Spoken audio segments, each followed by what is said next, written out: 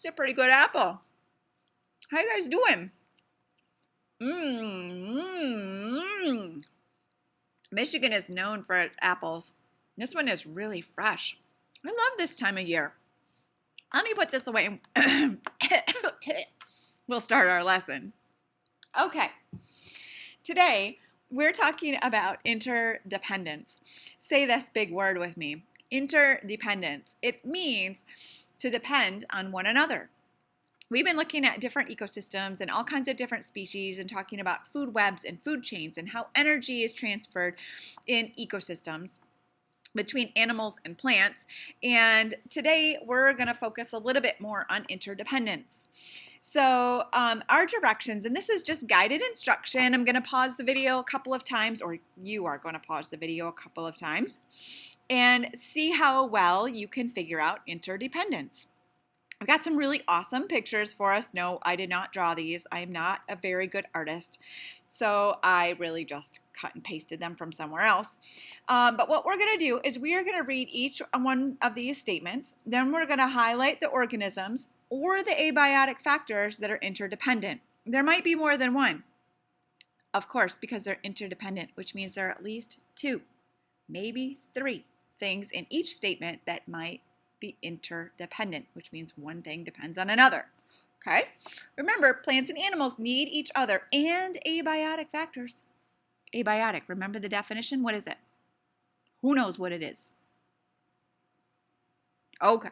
So, abiotic factors, remember those are not living things. Okay? Here we go. Number one. Lettuce grows by extracting water from the soil, as well as energy from the sun that shines on the leaves where photosynthesis makes sugar to help the plant grow. All right, what's interdependent here? Pause it. Let's see if you can highlight or think of the right ones that are there. Okay, hopefully you got lettuce. Lettuce depends on water, and it depends on soil, and it depends on the sun. Okay? Awesome. If you got that right, good job. If you didn't, here's number two. Let's try again. Number two, snails consume green leaves, like lettuce leaves, to survive. All right, hopefully you got snails and green leaves, because snails consume green leaves. And if you want to be more specific, we could have lettuce leaves here. So snails depend on lettuce leaves or green leaves in order to survive. So we have snails interdependently, depending on the green leaves, right? Which, of course, if we look back, green leaves like lettuce leaves, lettuce depends on water and soil and the sun, right? So we got a lot of interdependence going on here. All right, let's look at number three. Beetles consume snails to get enough energy to hunt other snails. All right, beetles consume snails. They depend on snails for their food to get enough energy to hunt other snails.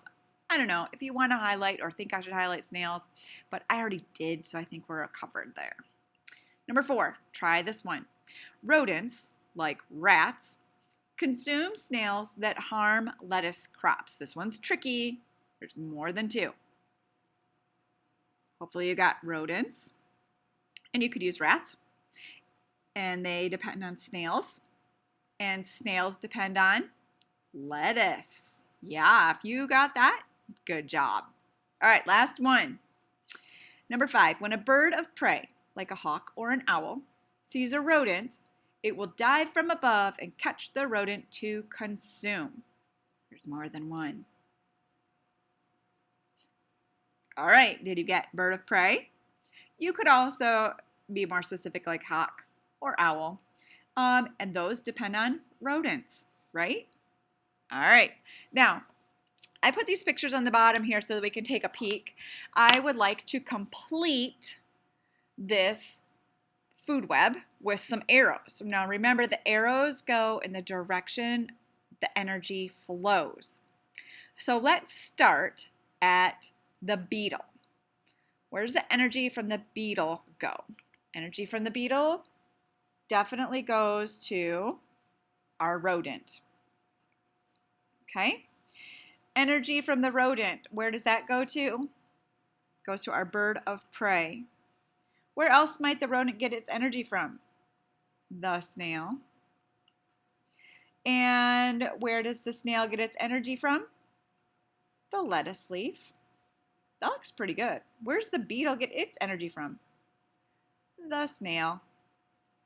All right, so most food webs have more than one thing that gets affected when you take one thing out of the system. So let's say I take out the beetle.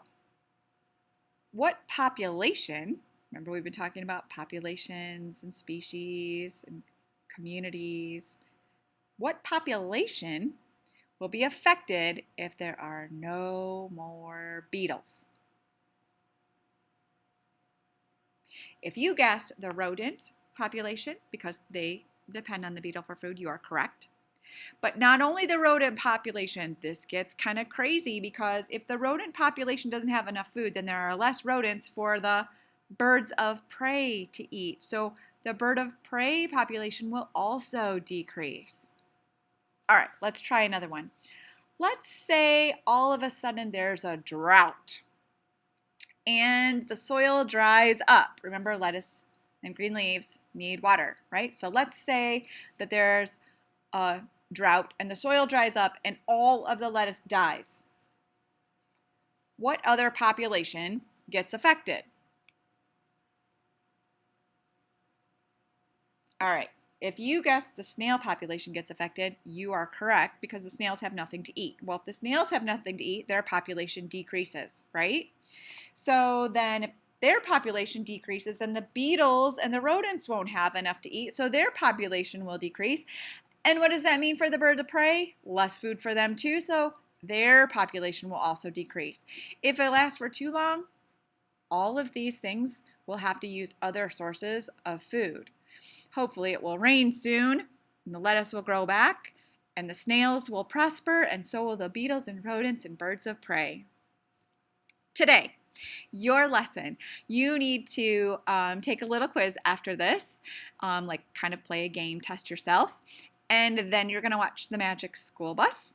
Yes, you will notice all the science behind the Magic School Bus. It is amazing. Wish I was Mrs. Frizzle so I could take you for a ride, but I can't. So you're going to have to settle for the video. You're going to go to the rainforest, listen to a guy with a French accent, and figure out what's going on with the cocoa beans. Okay, then you're going to submit an assignment to me to show me how much you learned today because this little thing is working. Have a good one.